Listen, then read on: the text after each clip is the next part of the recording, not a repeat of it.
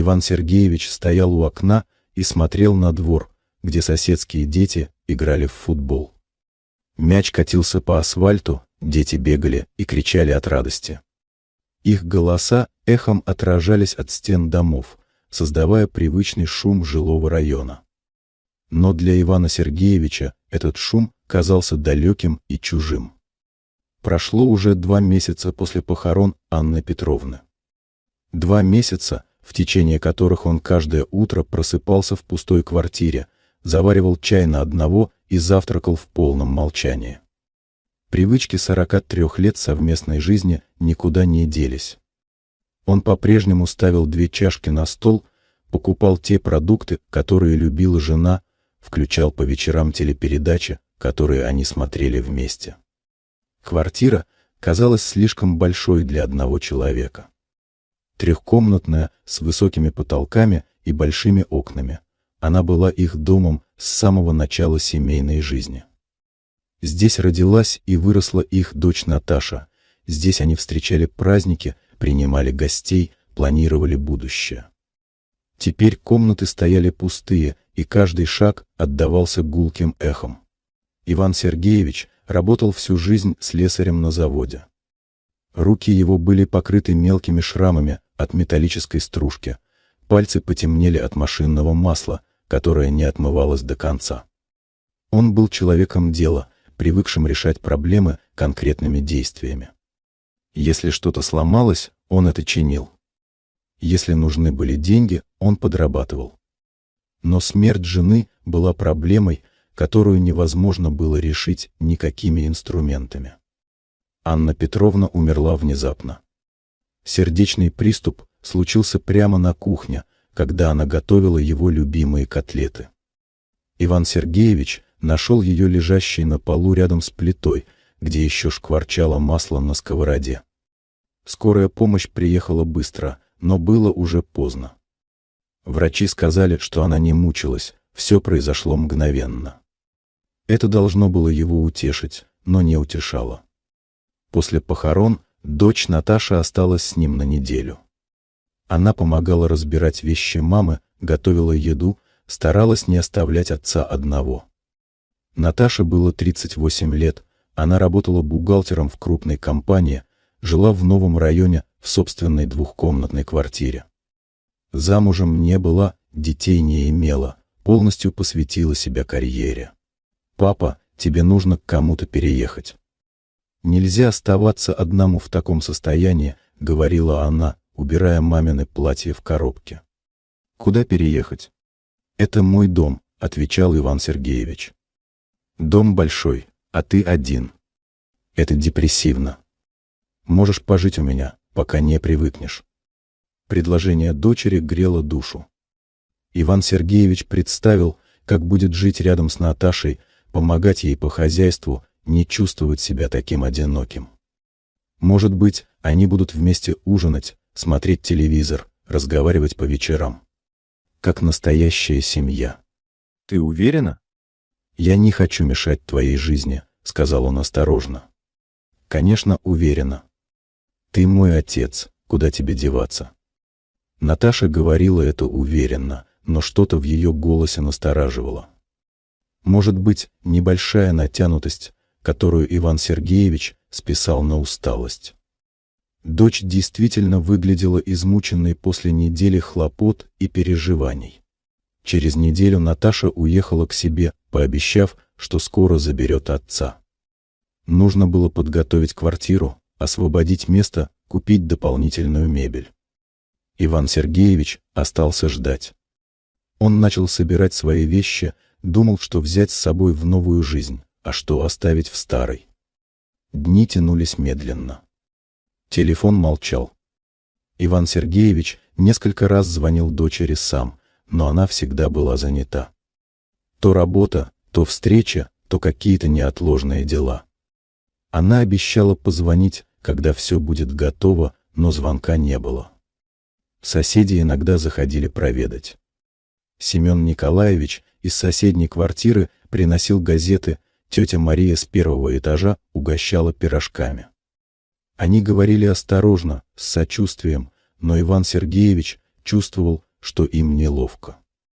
Все знали, что дочь обещала забрать его, но время шло, а ничего не менялось. Вечерами он сидел в кресле жены и листал ее старые журналы. Анна Петровна любила читать про здоровье, кулинарные рецепты, советы по ведению домашнего хозяйства. На полях были ее пометки, подчеркивания, комментарии. Читая эти записи, Иван Сергеевич словно слышал ее голос. Постепенно он начал понимать, что обещание дочери забрать его было скорее словами утешения, чем реальным планом. Наташа жила своей налаженной жизнью, в которой не было места для пожилого отца. Но признаться себе в этом было слишком больно. Прошел месяц с момента отъезда Наташи. Иван Сергеевич продолжал ждать, но с каждым днем надежда становилась все слабее.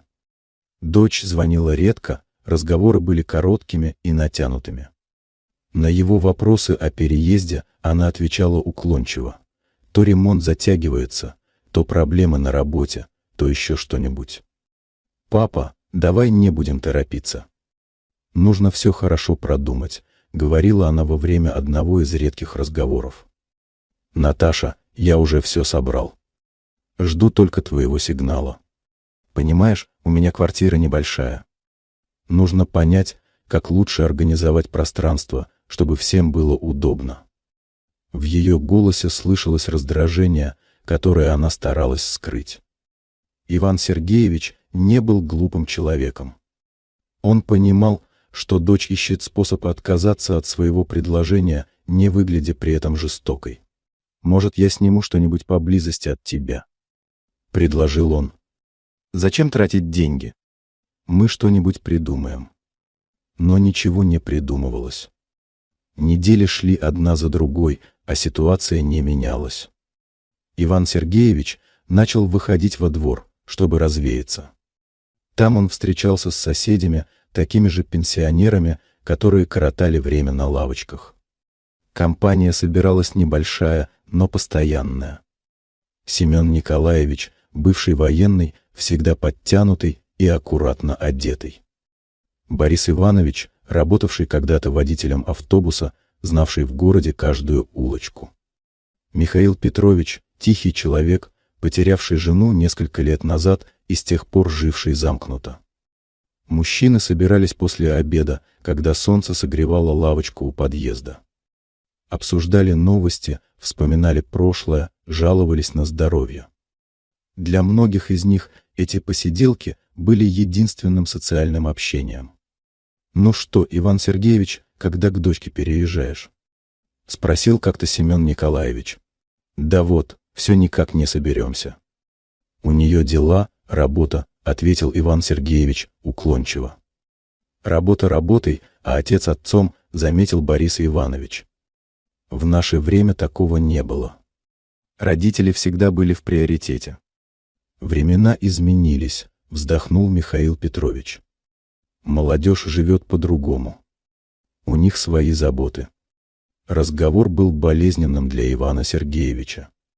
Он чувствовал сочувствие соседей, но одновременно и их скрытое осуждение. Все понимали, что дочь не торопится забирать отца, но никто не говорил об этом прямо. Вечером того же дня Иван Сергеевич решил позвонить Наташе еще раз. Он долго набирал номер, несколько раз откладывал трубку. Наконец решился.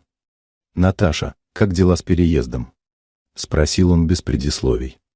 «Папа, я хотела с тобой поговорить», — голос дочери звучал напряженно. «Понимаешь, я много думала. Может быть, тебе лучше остаться в своей квартире? Там все твои воспоминания, привычная обстановка. Но ты же говорила, что одному мне плохо». «Плохо, но это не значит, что решение в переезде. Можешь найти себе компанию, записаться в клуб пенсионеров, больше общаться с соседями». Иван Сергеевич молчал. Он понимал, что дочь отказывается от него, но делает это мягко, как будто заботясь о его интересах. «Наташа, если ты не хочешь, чтобы я жил у тебя, так и скажи. Не нужно придумывать оправданий. Папа, при чем тут хочу или не хочу? Просто нужно думать о том, что лучше для всех. А что лучше для всех? Лучше, если каждый живет своей жизнью. Ты привык к своему дому, я к своему. Зачем все ломать? После этого разговора Иван Сергеевич долго сидел у телефона. Он понял, что дочь не заберет его никогда. Предложение было сделано под влиянием эмоций, в горе и растерянности. Теперь, когда страсти улеглись, Наташа честно оценила перспективы и поняла, что не готова к такой ответственности. Ему было больно, но он не мог ее винить. Действительно, зачем ломать налаженную жизнь? У Наташи была работа, карьера, собственные планы. Пожилой отец в квартире мог стать серьезной обузой. Она не была готова к роли сиделки. Но понимание не делало боль менее острой. Иван Сергеевич чувствовал себя преданным и ненужным. Единственный близкий человек, который остался у него после смерти жены, фактически от него отказался. Отношения с дочерью после того разговора стали еще более натянутыми. Наташа звонила теперь раз в неделю, в основном по воскресеньям, и разговоры длились не больше 10 минут. Она интересовалась здоровьем отца, рассказывала о работе, но общение носило формальный характер. Иван Сергеевич чувствовал, что дочь звонит из чувства долга, а не потому, что хочет с ним общаться. В ее голосе слышалась поспешность, желание быстрее закончить неприятную обязанность. Он старался не затягивать разговоры, не жаловаться на одиночество, не напоминать о своих потребностях. Соседи во дворе заметили изменения в его поведении. Иван Сергеевич стал более замкнутым, реже выходил из квартиры, меньше участвовал в общих беседах. Когда его спрашивали о дочери, он отвечал коротко и переводил разговор на другую тему. «Что-то ты невеселый, Иван Сергеевич», — заметил как-то Семен Николаевич. «Проблемы какие?» «Да так, обычная жизнь», — ответил Иван Сергеевич. «А дочка как?» «Давно к тебе не приезжала. У нее работа, дела. Не до стариков». В последних словах прозвучала горечь, которую он не смог скрыть. Семен Николаевич внимательно посмотрел на него, но промолчал. Борис Иванович, который сидел рядом, покачал головой. «Эх, Иван Сергеевич, стал ты чужим в собственной семье. Бывает такое». Слова попали точно в цель. Иван Сергеевич действительно чувствовал себя чужим для единственной дочери. Человеком, которого терпят из вежливости, но не любят и не ждут. «В наше время родители были святыми», — продолжал Борис Иванович. «А сейчас молодежь считает, что мы им только мешаем жить. Вырастили детей, а теперь должны тихо сидеть в углу и не высовываться». «Не все такие», — возразил Михаил Петрович.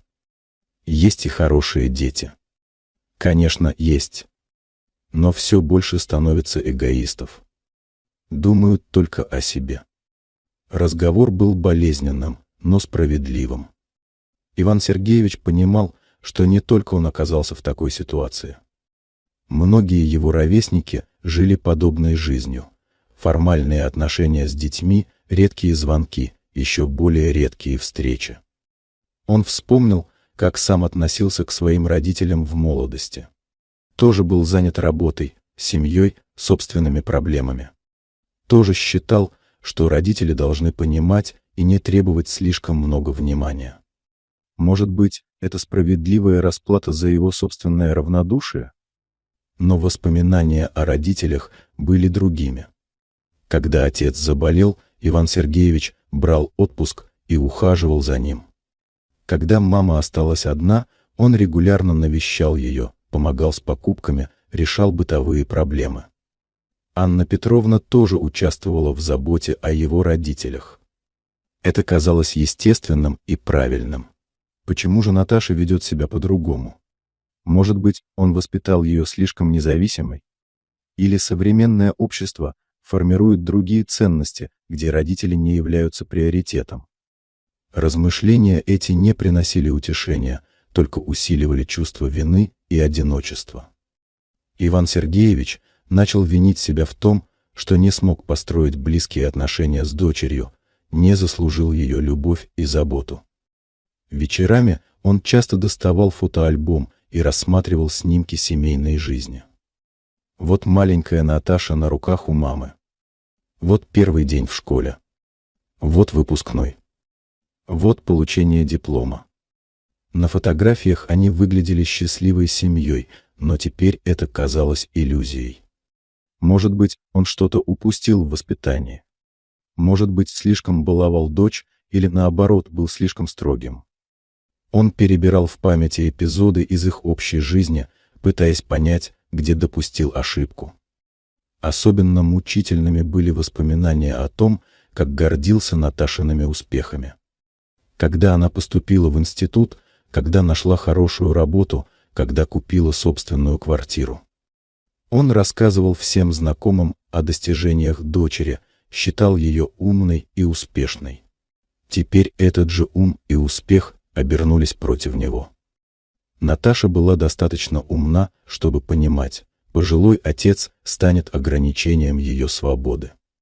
И достаточно успешна, чтобы позволить себе жить без оглядки на родительские потребности. Месяцы шли, и жизнь Ивана Сергеевича превратилась в унылую череду одинаковых дней. Утром он просыпался, завтракал, читал газету. Потом шел в магазин за продуктами, готовил обед, немного отдыхал. После обеда иногда выходил во двор, чтобы посидеть с соседями. Вечером смотрел телевизор и рано ложился спать. Квартира постепенно приходила в упадок. Иван Сергеевич не видел смысла поддерживать порядок для одного человека. Посуда мылась раз в несколько дней, уборка делалась от случая к случаю, вещи лежали там, где их оставляли. Анна Петровна всегда следила за домом, а теперь никто не заботился о чистоте и уюте. Соседи замечали изменения. Тетя Мария несколько раз предлагала помочь с уборкой, но Иван Сергеевич отказывался. Ему было стыдно показывать кому-то, как он живет. К тому же, он не хотел становиться обузой для посторонних людей, если даже родная дочь его избегает. Разговоры с Наташей становились все реже и короче. Теперь она звонила раз в 2 недели, и каждый раз разговор сводился к дежурным фразам о здоровье и погоде.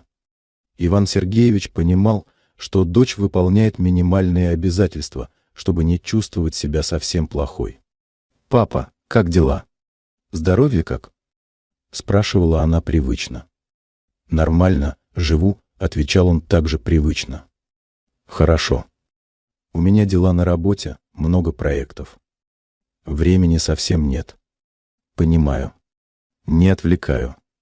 Целую. Созвонимся». И трубка откладывалась на следующие 2 недели. Иван Сергеевич чувствовал себя галочкой в списке дел дочери, которую нужно отметить для успокоения совести. Во дворе разговоры соседей все чаще касались семейных проблем. Оказывалось, что у многих похожие ситуации с детьми. Кто-то жаловался на редкие звонки, кто-то на отказ помочь с деньгами, кто-то на нежелание внуков приезжать к дедушке. Вырастили змей на свою голову, горько шутил Борис Иванович. Всю жизнь для них жили, а они нас теперь за обузу считают. А что делать? Время такое, философски замечал Семен Николаевич. Молодые люди другие стали. Более эгоистичные. Не все, возражал Михаил Петрович. У моего соседа сын каждый день звонит, каждую неделю приезжает. Помогает, чем может. Повезло ему. А нам не повезло, резюмировал Борис Иванович. Эти разговоры не утешали, а только подчеркивали общность проблемы. Иван Сергеевич понимал, что он не единственный, кто столкнулся с равнодушием взрослых детей, но от этого не становилось легче. Особенно тяжело было по вечерам. Когда солнце садилось и в квартире становилось тихо, одиночество накатывало с удвоенной силой. Он включал телевизор, но передачи не интересовали. Брал книгу, но не мог сосредоточиться. Пытался заснуть пораньше, но сон не шел. Тогда он доставал фотографию Анны Петровны, которую держал на прикроватной тумбочке, и разговаривал с ней. Рассказывал, как прошел день, что беспокоит, о чем думает. Иногда казалось, что она его слушает и понимает. «Аннушка, что мне делать? Дочка от меня отвернулась, соседи жалеют, но помочь не могут. Зачем я остался жить, если никому не нужен?» Говорил он фотографии. Конечно, ответа не было. Но сам процесс разговора немного успокаивал.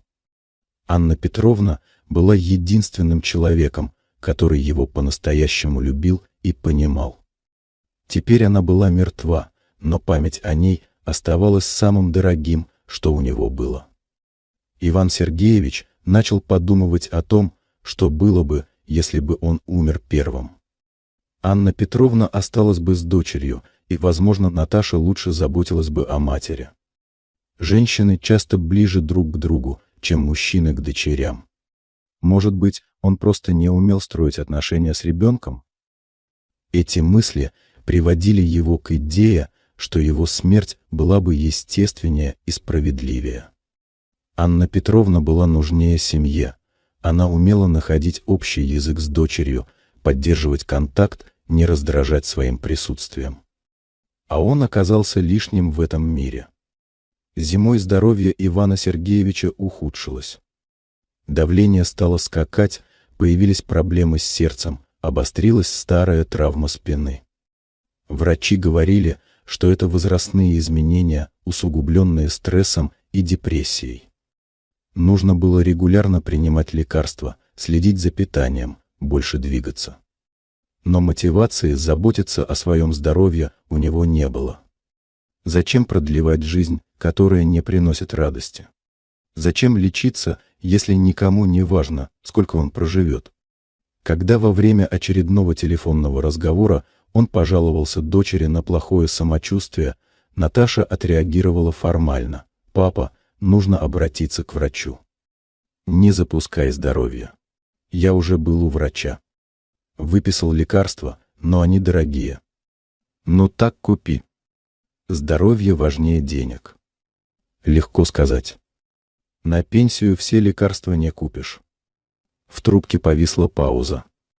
Иван Сергеевич понимал, что намекает на материальную помощь, но не мог прямо попросить. Дочь тоже поняла намек, но не отреагировала. «Папа, есть же льготы для пенсионеров. Узнай в поликлинике. Льготы на самые дешевые препараты, а мне нужны более эффективные». «Ну, не знаю. Что-нибудь придумаешь». Разговор закончился на этой ноте. Наташа не предложила помочь с деньгами, хотя зарабатывала хорошо и могла себе это позволить. Иван Сергеевич понял, что даже в вопросах здоровья он не может рассчитывать на дочь. Через неделю ему стало совсем плохо. Давление подскочило так высоко, что началась сильная головная боль и тошнота. Он пытался справиться сам, но к вечеру понял, что нужна помощь.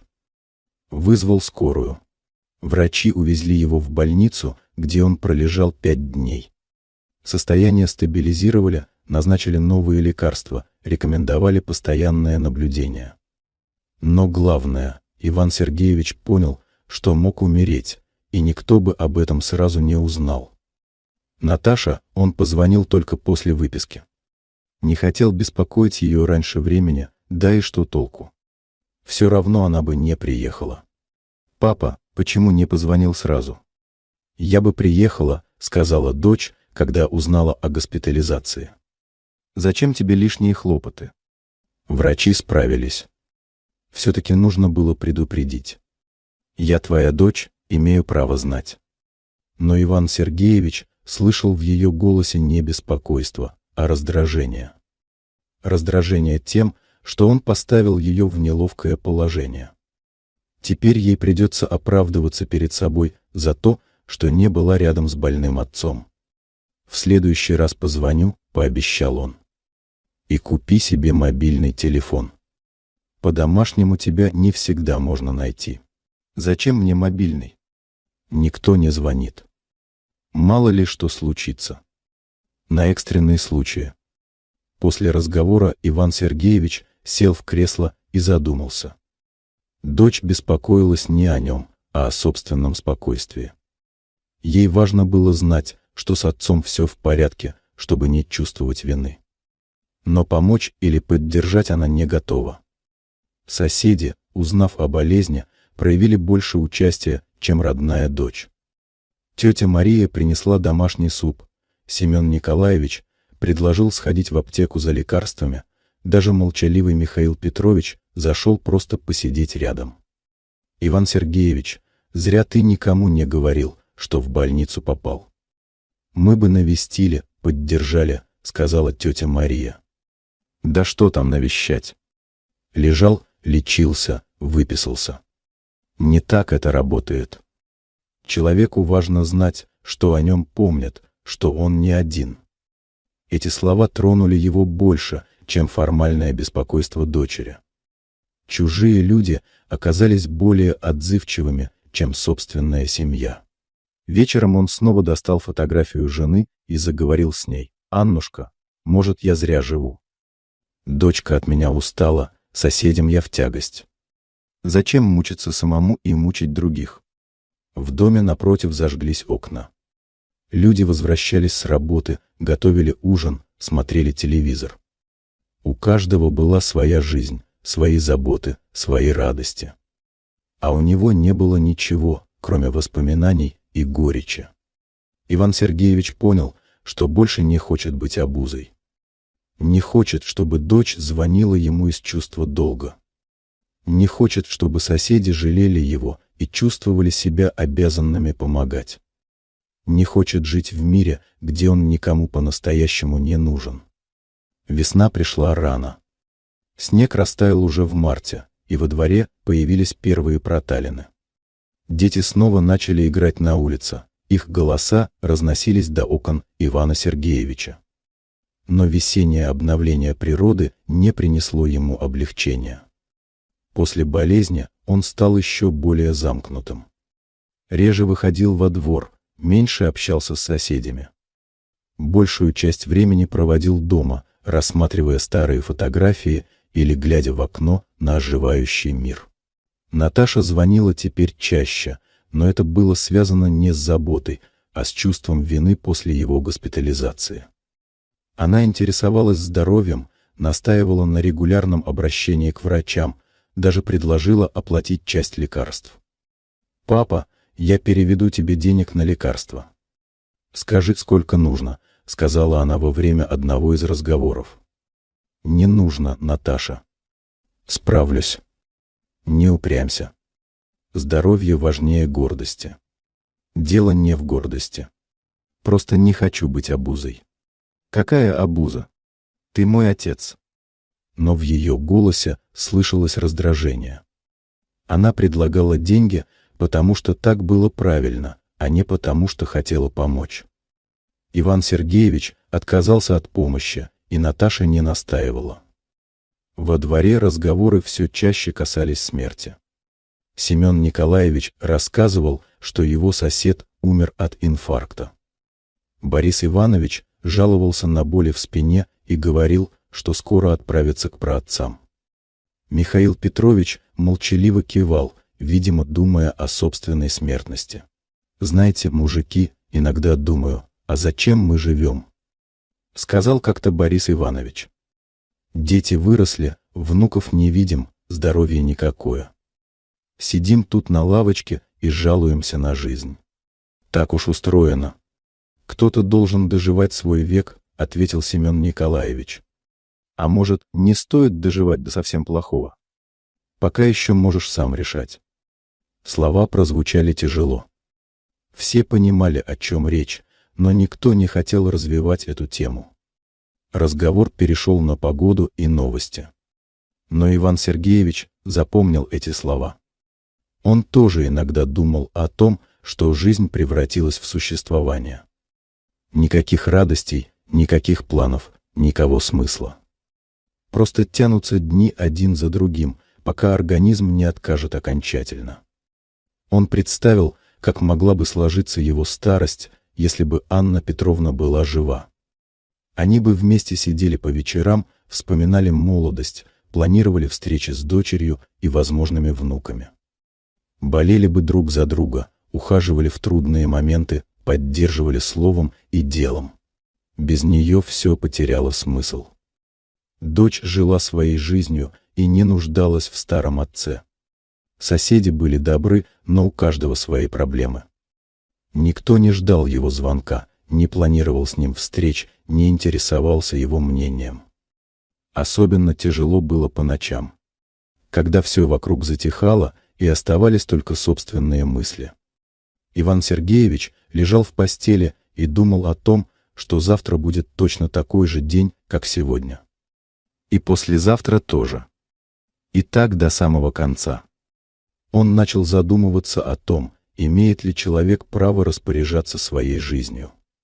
Если она превратилась в мучение, если никому не приносит радости, если состоит только из боли и одиночества, можно ли ее прервать? В молодости такие мысли казались ему кощунственными. Жизнь давалась Богом, и только Бог мог ее забрать. Но теперь, в 72 года, оставшись совсем один, он смотрел на этот вопрос по-другому. Что плохого в том, чтобы уйти к жене? Она ждала его там, где нет боли и одиночества. Где можно быть вместе навсегда, не беспокоясь о том, что станешь обузой для детей или посторонних людей. «Аннушка, может быть, пора?» — говорил он фотографии жены. «Здесь мне больше делать нечего. Дочка устроилась без нас, друзей почти не осталось. Зачем мучить себя и других?» Конечно, ответа не было. Но Иван Сергеевич все чаще возвращался к этой мысли. Уйти красиво, пока еще есть достоинство. Не ждать, когда придется лежать беспомощным и зависеть от милосердия людей, которым он безразличен. В мае неожиданно позвонила Наташа и сказала, что хочет приехать. Не просто позвонить, а именно приехать и поговорить. Иван Сергеевич обрадовался как ребенок. Может быть, дочь все-таки решила наладить отношения? Может быть, поняла, что отец нуждается в ее поддержке? Он потратил целый день на уборку квартиры. Помыл полы, протер пыль, разложил вещи по местам. Сходил в магазин и купил продукты для дочери, ее любимый торт, хорошую колбасу, свежий хлеб. Даже побрился и надел лучшую рубашку. Наташа приехала в субботу утром. Выглядела она усталой и напряженной, как будто готовилась к неприятному разговору. Поздоровалась сухо, прошла в комнату, села на диван. «Папа, нам нужно серьезно поговорить», — сказала она без предисловий. «Конечно, Наташенька. Я так рад, что ты приехала. Хочешь чаю? Или кофе? Купил твой любимый торт. Не нужно. Просто сядь и выслушай». Тон дочери насторожил Ивана Сергеевича. Он сел в кресло напротив и внимательно посмотрел на нее. «Понимаешь, папа, я много думала о нашей ситуации. О том, как ты живешь, что тебя беспокоит. И поняла, что нужно что-то менять. Да, Наташа, я тоже так думаю. Может быть, все-таки перееду к тебе? Или ты будешь чаще приезжать?» «Нет, папа. Дело не в этом». Наташа помолчала, подбирая слова. Иван Сергеевич ждал, надеясь услышать что-то обнадеживающее. «Я считаю, что тебе нужно переехать в дом престарелых», — сказала она наконец. Слова прозвучали как приговор. Иван Сергеевич почувствовал, как что-то холодное сжалось в груди. «В дом престарелых? Зачем? Там тебе будет лучше. Есть медицинская помощь, организованное питание, общение с людьми твоего возраста. Ты не будешь сидеть один в пустой квартире. Но это же дом престарелых, Наташа. Туда отдают тех, кто совсем беспомощный. Не только беспомощных. Многие люди живут там по собственному желанию. Это современные учреждения с хорошими условиями. Иван Сергеевич молчал, пытаясь осознать услышанное. Дочь предлагала сдать его в дом престарелых. Как ненужную вещь, которая мешается в квартире. А квартира? Квартиру продадим. На эти деньги оплатим содержание в доме престарелых на несколько лет вперед. То есть я лишусь и дома, и денег. Папа, не нужно так драматизировать. Ты получишь хороший уход и постоянную медицинскую помощь. А деньги все равно не заберешь с собой в могилу. Последние слова прозвучали особенно жестоко. Наташа фактически сказала, что отец скоро умрет, так зачем ему деньги и квартира? Наташа, я не хочу в дом престарелых. Хочу жить дома среди своих вещей, воспоминаний. Папа, будь реалистом. Ты стареешь, здоровье ухудшается. Скоро не сможешь о себе заботиться. Лучше переехать сейчас, пока еще можешь адаптироваться. А если я не соглашусь? Тогда будешь жить как сейчас. Один, больной, никому не нужный. Рано или поздно что-нибудь случится, и тебя все равно определят в интернат. Только тогда это будет не твой выбор. Разговор продолжался около часа. Наташа приводила разумные аргументы, объясняла преимущества организованной жизни, уверяла, что будет регулярно навещать. Но Иван Сергеевич понимал суть. Дочь хочет избавиться от ответственности за отца. Подумай несколько дней. Я позвоню в середине недели, и мы продолжим разговор, сказала Наташа, собираясь уходить. Наташа, неужели тебе так тяжело иметь отца? Дочь остановилась у двери. На лице промелькнула боль, но тут же сменилась жестким выражением. Папа, не делай из меня злодейку. Я предлагаю лучшее решение для всех. И для тебя тоже. Лучшее для тебя. А для меня лучшее — это остаться дома. Тогда оставайся. Но не жди от меня большего, чем я могу дать. После ее ухода Иван Сергеевич долго сидел в кресле, глядя на нетронутый торт. Последняя надежда на примирение с дочерью рухнула. Более того, Наташа открыто заявила, что считает его обузой и хочет от него избавиться. Дом престарелых. Он представил себя в казенной палате среди чужих людей с регламентированным распорядком дня и равнодушным персоналом. Это не было жизнью. Это было медленным умиранием под присмотром. «Аннушка, теперь ты видишь, что из нашей дочери выросло», — говорил он фотографии жены. «Хочет сдать отца в дом престарелых, чтобы не мешал ее жизни». После визита дочери Иван Сергеевич почувствовал, что что-то окончательно сломалось внутри него. Последняя связь с семьей оборвалась, последняя надежда на понимание исчезла. Он остался совершенно один в мире, который стал к нему равнодушен. В течение недели он обдумывал предложение Наташи. Дом престарелых представлялся ему как медленная смерть в окружении таких же брошенных стариков. Там он потеряет остатки достоинства, станет номером в списке постояльцев, объектом ухода и жалости. Соседи заметили, что Иван Сергеевич стал еще более замкнутым. Он перестал выходить во двор, не отвечал на звонки в дверь, не участвовал в общих разговорах. Когда тетя Мария пыталась с ним заговорить, он отвечал односложно и быстро уходил. «Что-то с Иваном Сергеевичем творится», — говорила она Семену Николаевичу. Совсем замкнулся, как будто от мира отгородился. «Может, болеет? Или дочка что-то неприятное сказала?» «Не знаю. Но выглядит он плохо. Глаза какие-то пустые». Действительно, Иван Сергеевич находился в состоянии глубокой депрессии. Он потерял интерес к еде, плохо спал, большую часть времени проводил в кресле, глядя в одну точку. Жизнь казалась ему бессмысленной и мучительной. Квартира постепенно приходила в запустение. Посуда не мылась по несколько дней, продукты портились в холодильнике, везде скапливалась пыль. Иван Сергеевич не видел смысла поддерживать порядок, если никто не приходит, и все равно скоро придется уехать. В среду, как и обещала, позвонила Наташа.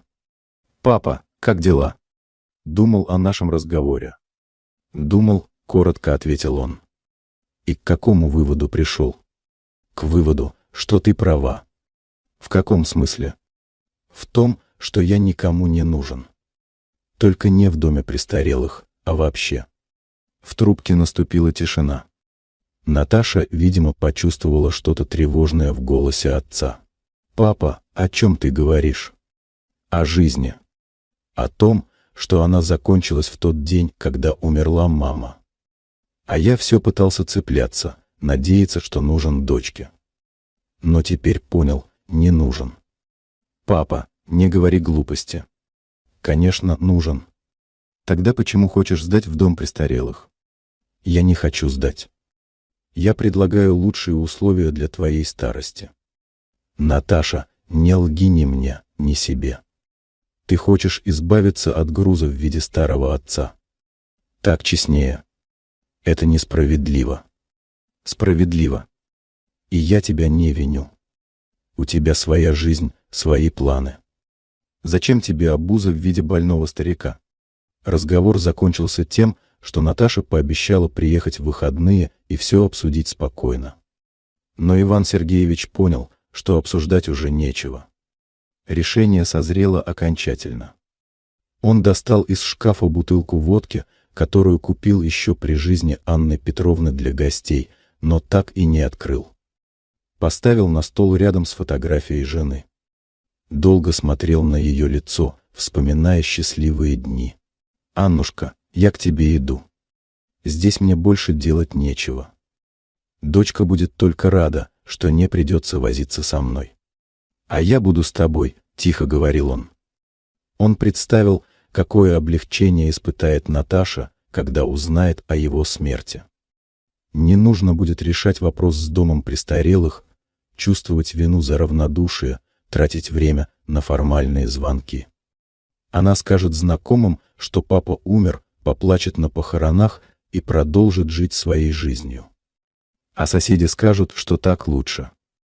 Что мучился человек, а теперь успокоился. Что в его возрасте смерть — это избавление, а не трагедия. И все будут правы. Потому что жизнь без любви и смысла действительно превращается в мучение. Иван Сергеевич провел последний вечер своей жизни, убирая квартиру. Не из желания навести порядок, а чтобы Наташе не было стыдно перед соседями, когда они найдут его тело. Он помыл посуду, протер пыль, сложил вещи аккуратными стопками. Постирал и повесил свою лучшую рубашку, в ней и встретит смерть. Потом сел за стол и написал записку. Писал долго, несколько раз переписывал, пытаясь найти правильные слова. Хотелось объяснить свое решение, но не обвинять никого. Наташа поступала так, как считала нужным. Общество устроено таким образом, что старые люди становятся обузой. Это не злой умысел, а жестокая реальность. Наташа, не вини себя. Ты права, я стал лишним в этом мире. Лучше уйти к маме, чем мешать живым. Квартиру продай, деньги потрать на себя. Живи счастливо. Папа. Записка получилась короткой, но емкой. Все, что нужно было сказать, помещалось в нескольких строках. Иван Сергеевич принял душ, побрился, надел чистую рубашку и брюки. Хотел выглядеть достойно в последние минуты жизни. Расчесал волосы, посмотрел на себя в зеркало. Старое усталое лицо, потухшие глаза, согнутые плечи. Таким его и запомнят. Он вернулся в комнату, поставил фотографию Анны Петровны на стол, рядом положил записку. Открыл бутылку водки, налил рюмку. Не собирался напиваться, просто хотел, чтобы последний глоток в жизни был символическим. За окном наступала ночь. В соседних домах зажигались окна, люди возвращались домой после работы, готовили ужин, смотрели телевизор, общались с семьями. Жизнь продолжалась, и завтра она будет продолжаться без него. Иван Сергеевич сел за стол напротив фотографии жены и взял рюмку в руки. Водка была холодной, как и его решение. Он уже не сомневался, не колебался, не надеялся на изменения.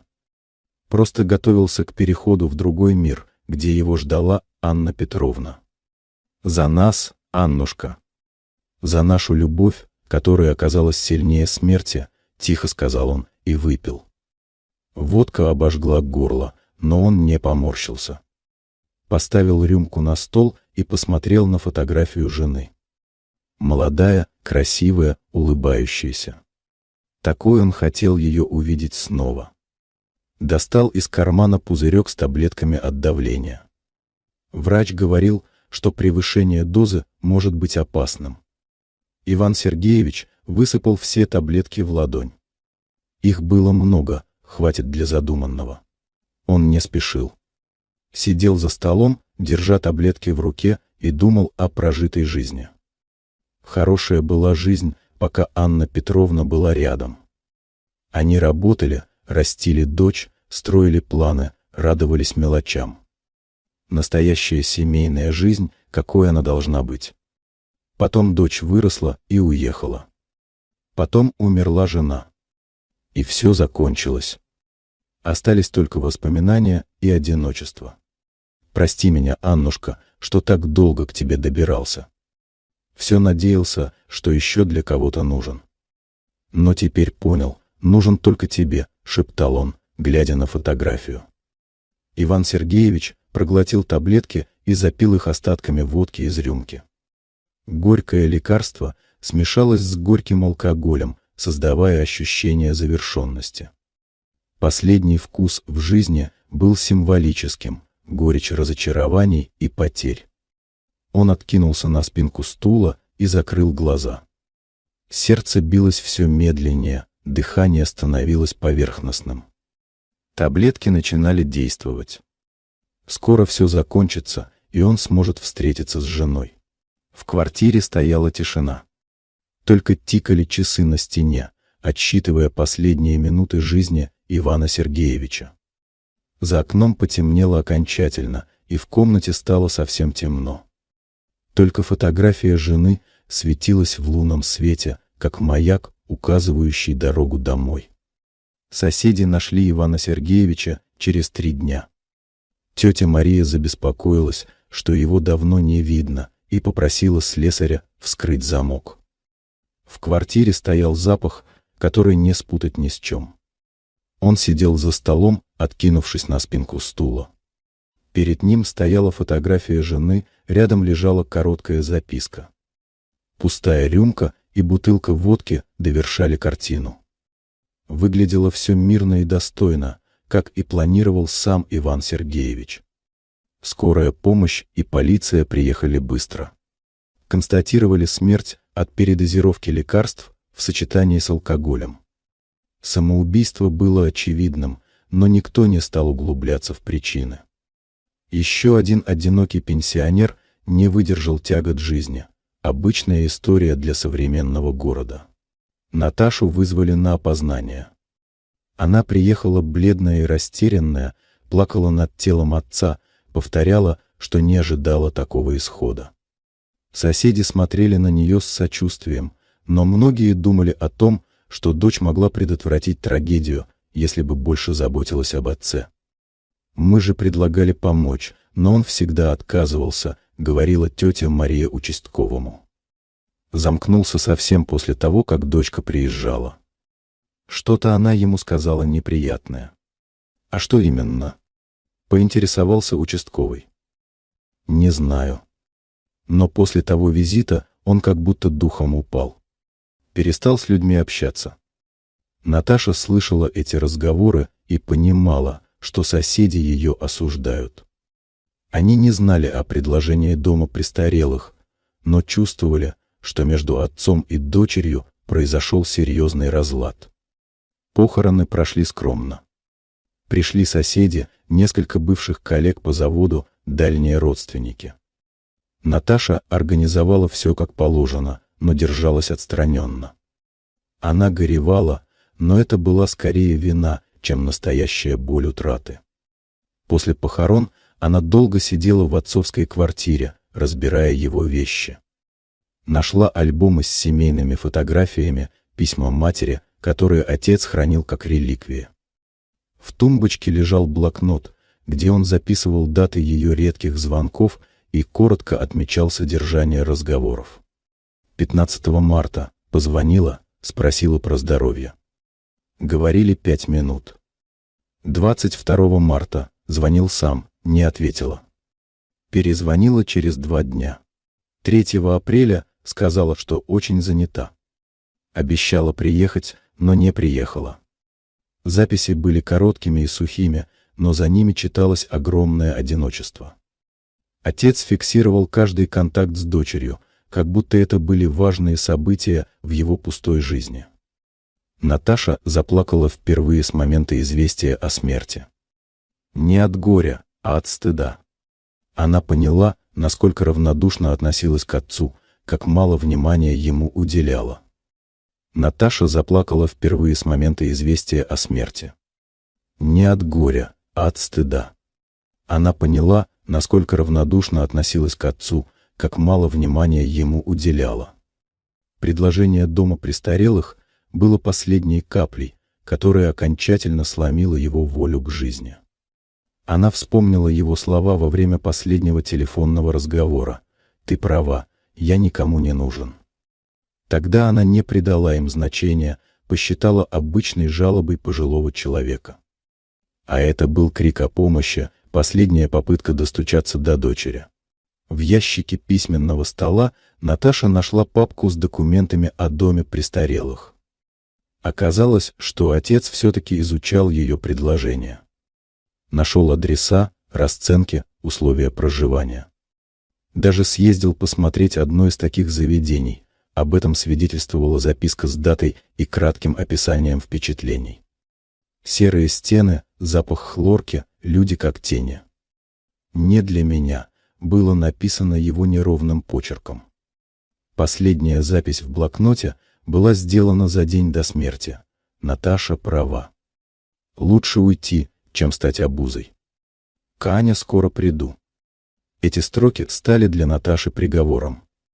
Отец не просто покончил с собой от отчаяния, он сделал это, чтобы не мешать ее жизни. Его последний поступок был актом любви к дочери, которая этой любви не ценила. Через неделю после похорон к Наташе пришла тетя Мария. Пожилая женщина выглядела расстроенной и решительной.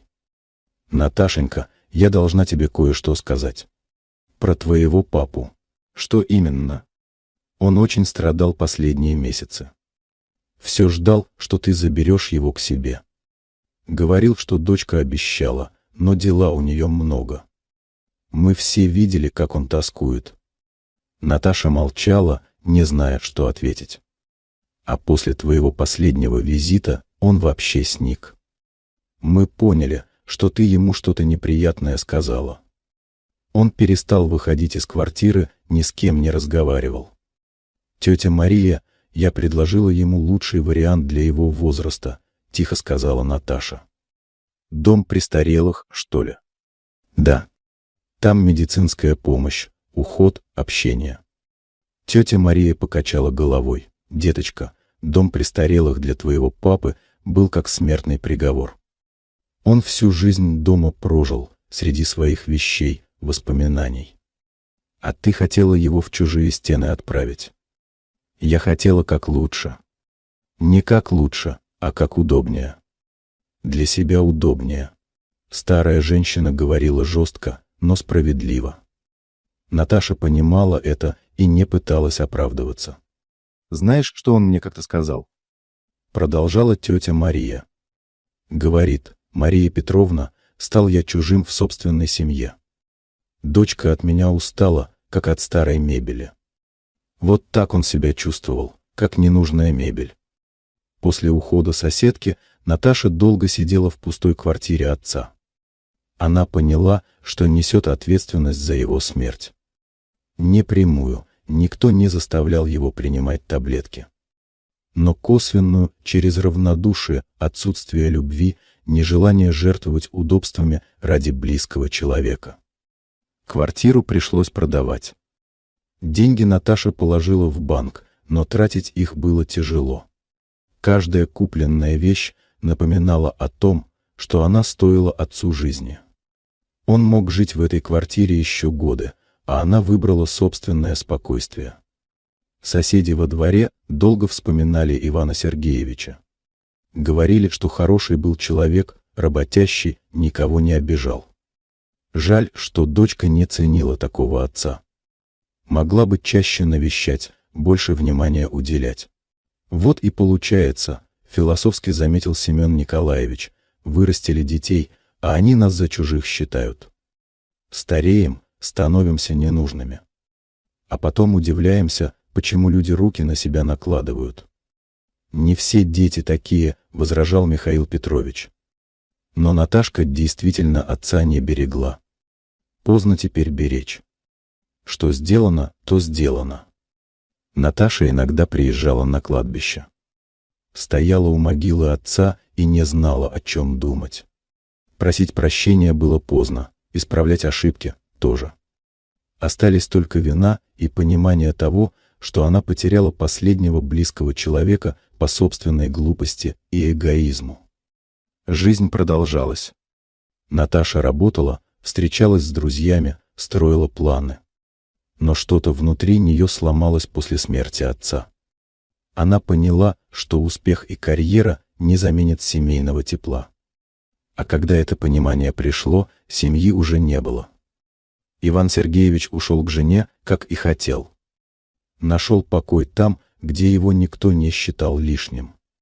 А в мире живых остались только сожаления о том, что можно было все сделать по-другому. Но второго шанса не было.